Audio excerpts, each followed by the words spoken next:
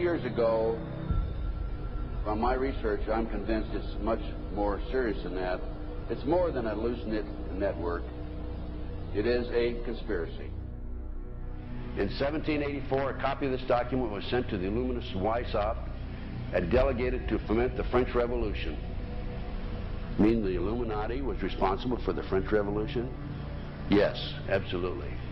The courier was struck dead by lightning as he rode through Ratisbon on his way from Frankfurt to Paris. What about a little divine intervention there, huh? The police found the subversive documents on his body and turned them over to the proper government authorities. After careful study of the plot, the Bavarian government ordered the police to raid Weishaupt's newly organized lodges of the Grand Orient and the homes of some of the most influential associates, including the castle of Baron Bossen-Sonderdorf. Additional evidence was thus obtained, convinced the authorities that documents were a genuine copy of a conspiracy by which the Synagogue of Satan had controlled the Illuminati at the top, planned to use wars and revolutions to bring about the establishment of one kind or another of a one-world government, the powers of which they intended to usurp as soon as it was established. In 1785, the Bavarian government outlawed the Illuminati and closed the lodges of the Grand Orient. In 1786, they published the details of the conspiracy. The new order of the world, our enterprise is now a success. He said these blind slaves say they are free and highly educated, even as they march behind, notice this word, signs. Have you ever taken time to analyze a sign or a billboard or a logo?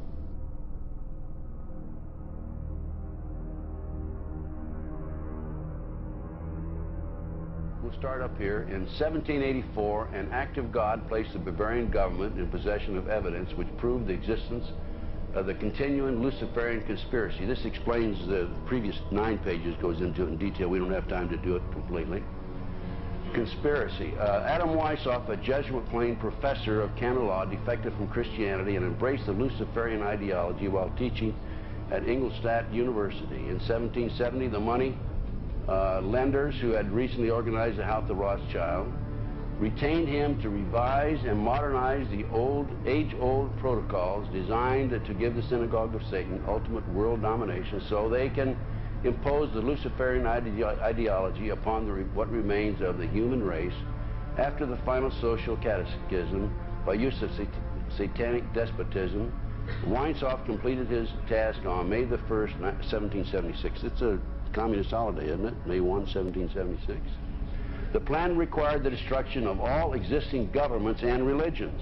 In 1776, Weishaupt organized the Illuminati to put the plot into execution. The word Illuminati is derived from Lucifer and means holders of the light.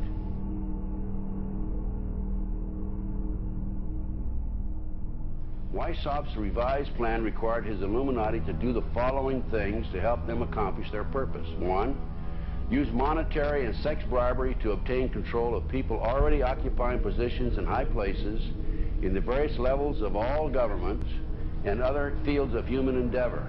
Once an influential person had fallen for the lies, deceits, and temptations of the Illuminati, they were to be held in bondage by application of political and other forms of blackmail and threats of financial ruin, public exposure, and physical harm, and even death to themselves and their loved ones.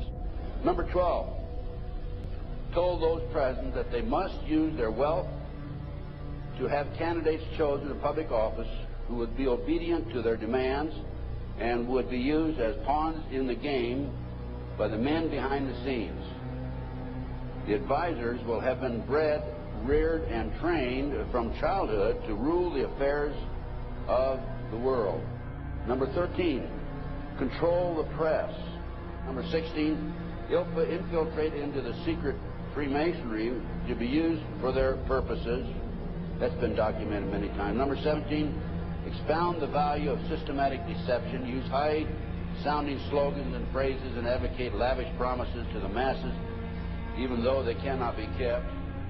I will not forget the wound to our country and those who inflicted it. I will not yield. I will not rest I will not relent in waging this struggle for freedom and security for the American people. So I don't know where he is. Nor do, I just don't spend that much time on him. We will not tire, we will not falter, and we will not fail.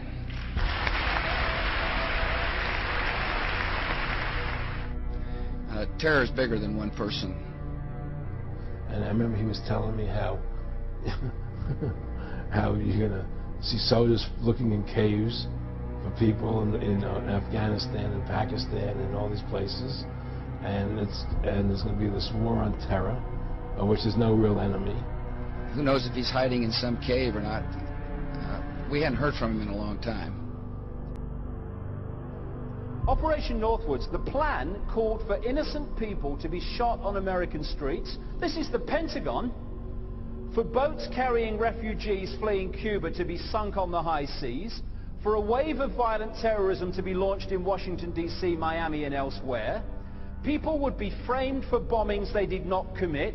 Planes would be hijacked using phony evidence, all of which would be blamed on Castro to justify an invasion of Cuba 40 years ago. An aircraft at Elgin Air Force Base would be painted and numbered as an exact duplicate for a civil registered aircraft belonging to a CIA proprietary organization in the Miami area.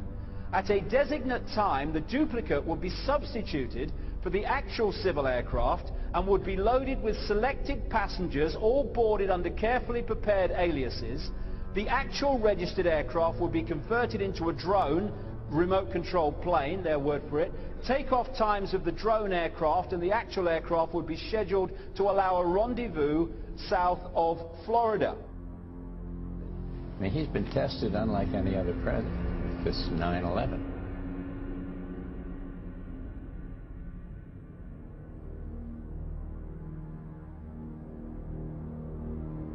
We have in this past year made great progress in ending the long era of conflict and Cold War.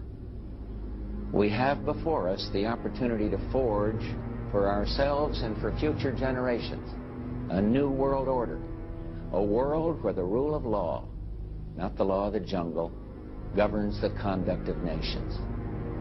When we are successful, and we will be.